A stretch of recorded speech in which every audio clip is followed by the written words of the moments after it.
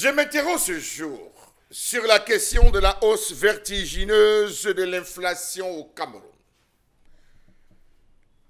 Au Cameroun, une forte hausse de l'inflation est observée avec un taux de 4,1% au premier semestre 2025, dépassant le seuil de tolérance de la CEMAC, qui est de 3%. Cette inflation est notamment due à la hausse des prix des produits alimentaires et des ajustements fiscaux prévus par et dans la loi des finances. L'Institut national de la statistique n'a eu de cesse à lancer les alertes depuis novembre 2024 sur cette forte propension, cette forte hausse de l'inflation.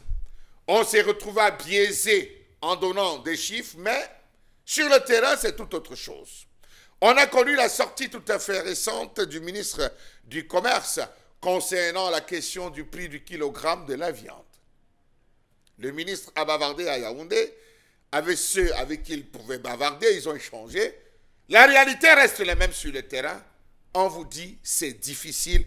Et en cette période de saison de pluie, où les temps de ravitaillement des différentes villes sont rallongés à cause du mauvais état de la route, c'est plus compliqué. Qu'est-ce qu'ils ont fait? Rien. Est-ce qu'on a ajouté ceci à cela? Question.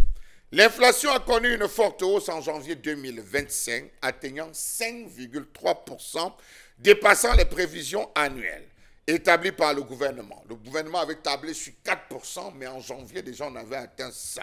On a alarmé, on a alerté, on a crié, on nous a dit cela va revenir à la baisse. On a organisé des ventes promotionnelles. Précisons-le, des ventes promotionnelles ont été organisées par le ministre du Commerce pour soi-disant lutter contre cette vie chère, cette inflation. Mais cela n'a rien résolu comme problème, au contraire, ça a aggravé la situation. Une augmentation sur le terrain qui est préoccupante car elle impacte le pouvoir d'achat des ménages et pourrait compromettre les efforts de maîtrise de l'inflation.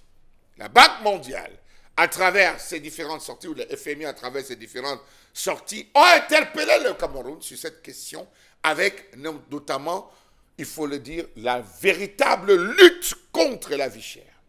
Le Premier ministre, dans sa sortie, a soulevé la question de lutter ou de travailler au désenclavement des grands bassins de production. Cela devait être engagé au mois de mars pour début juin. On devait procéder au désenclavement pour permettre de manière forte à tous ces différents produits de rentrer dans le marché camerounais, histoire de diminuer les coûts assez onéreux pour ces différentes populations. Le taux d'inflation au Cameroun est actuellement d'environ 4,5%, après avoir atteint 4,6% en novembre 2024, selon Business in Cameroun. Bien que ce taux ait diminué par rapport aux années précédentes, il reste supérieur à la norme. Entre politique d'import-substitution, modernisation des laboratoires, formation des producteurs, régulation des prix et multiplication des projets et programmes, le gouvernement peine à jour à nourrir les Camerounais. Pourtant, voilà bientôt 15 ans que l'Institut national de la statistique alerte sur la forte poussée de l'inflation dans ce pays. L'Institut national de la statistique donne un rapport bien précis. La Banque mondiale, qui est présente sur le terrain et qui évalue véritablement le taux d'inflation, parce que présent dans tous les différents secteurs, donne elle aussi ces chiffres. Ces chiffres qui forcément ne concordent pas avec ce qui est donné par notre instance nationale des statistiques. Situation qui érode le pouvoir d'achat des ménages alors que le taux de pauvreté est lui aussi en nette augmentation dans le pays. Consultons les derniers chiffres de FMI pour comprendre ce qui se passe de la Banque mondiale, pour se rendre compte de ce qui ne va pas. Même la Banque africaine de développement a fait des constats sur le seuil de pauvreté qu'a atteint le Camerounais. Comment donc comprendre qu'à ce jour, certains produits sont introuvables désormais sur le marché camerounais, entraînant une grosse spéculation dans les différents étalages. Dans les grandes métropoles où certaines de ces récoltes sont acheminées, elles sont vendues au prix d'or. D'après certains experts en finance et stratégie, rendu au deuxième trimestre, l'offre locale de riz ne couvre que 141 000 tonnes contre une demande évaluée à 648 000 tonnes. Pourtant, les investissements et, on va dire, les financements ne cessent d'abonder. Comment donc comprendre l'inertie, la nonchalance du gouvernement camerounais qui avait instruit le ministre du Commerce, Luc Magloire Tanganambarga, qui avait, en février 2025, lui aussi instruit à ses proches collaborateurs de tout mettre en œuvre pour que le taux d'inflation revienne à moins 3% et que les Camerounais n'aient plus faim. Oui, le ministre du Commerce prescrit à ses collaborateurs de tout faire pour que ça diminue. Pendant qu'il le dit en interne, à l'externe, c'est en train de véritablement galoper. On se pose toutes les questions. Plusieurs programmes avaient été lancés, dont le programme intégré d'impôt substitution agro-pastorale et halieutique pour le septennat 2024-2026, avec un budget de près de 1000 milliards de francs CFA. Le premier axe du plan prévoyait la sécurisation d'un peu plus d'1 million d'hectares de terres pour la culture du riz, du maïs, du soja, du blé, entre autres. Il n'y a pas longtemps, on a soulevé la question de la convention maïs-riz, blé de ce côté du sud Cameroun, qui jusqu'à aujourd'hui n'a pas vu le jour. Pourtant, c'est des milliards qui avaient été décaissés pour cela. Il incluait des projets tels l'aménagement de la plaine centrale, l'aménagement des périmètres hydro-agricoles, 23 000 hectares, à Karam, Zina, Makari, Logon Birni, et fourragé de 28 287 hectares dans la Damawa. Les initiatives Viva Benoît de 11 000 hectares, Viva Logon de 12 150 hectares et de l'UNDVA 3 500 hectares dans le nord-ouest qui venaient compléter ces aménagements. L'axe 2 du projet ambitionnait l'amélioration de la production du riz à 464,5 millions de tonnes. En parallèle, la production du maïs devait passer à 2,7 millions de tonnes et à 4,3 millions de tonnes en 3 ans. Le plan prévoyait aussi la production de 303,6 millions de tonnes pour le mil et le sorgho, 1195,6 millions de tonnes qui étaient attendues en 2026 contre 1010,9 millions de tonnes en 2022. Le dernier axe visait la mise en œuvre à niveau des laboratoires de l'IRAT pour le développement de semences à haut rendement.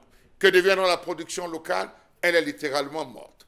Posez la question au marché pour vous rendre compte qu'aujourd'hui, ces 2 tomates, imaginez à combien? Allez vous poser la question de savoir à combien on retrouve les condiments.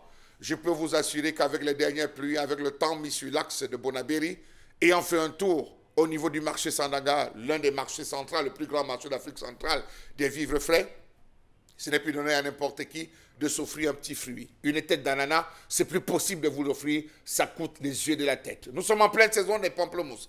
Allez voir combien coûtent 4 pamplemousses, posez la question sur 4 moyens pamplemousses, vous allez vous rendre compte que finalement c'est au Tchad ou alors en Centrafrique qu'on va acheter ces différents pamplemousses. Que fait donc le ministre du Commerce? Première question. Que fait le Premier ministre? Parce qu'il n'a jusqu'à ce jour pas interpellé le ministre de l'Agriculture qui reçoit beaucoup de financement pour permettre aux agriculteurs de booster tous les différents secteurs via des partenaires Banque africaine de développement, Banque islamique de développement pour pouvoir développer ce secteur. L'inflation atteint un haut niveau avec ces différentes situations. L'état des infrastructures routières qui compte, je peux vous rassurer désormais que partie de village pour Carrefour Tif ou la douche, je peux vous assurer qu'aujourd'hui, dans un taxi, c'est 500 francs. Si vous ne payez pas 500 francs, la personne, pour 5 personnes, c'est-à-dire 2 personnes devant, 3 personnes derrière et 500 unités, on ne peut pas vous transporter parce que les véhicules sont endommagés.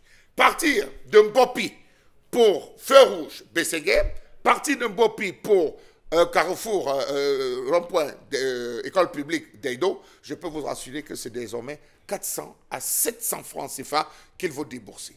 Aujourd'hui, on parle de la vie chère et ils ont l'impression, à Yaoundé, que nous, on s'en fout. La Banque mondiale est en train de dire, attention, vous êtes en train de franchir la ligne rouge. Ça fait des mois, on soulève la question de cette inflation, mais on a l'impression que ça ne va pas. Je peux vous annoncer déjà qu'à Yaoundé, c'est en train de se bousculer. On se prépare à lancer la promotion vente des cahiers. La vente promotionnelle des livres et des cahiers au boulevard du 20 mai pour lutter contre la vie chère et l'inflation. Bravo, monsieur le maire.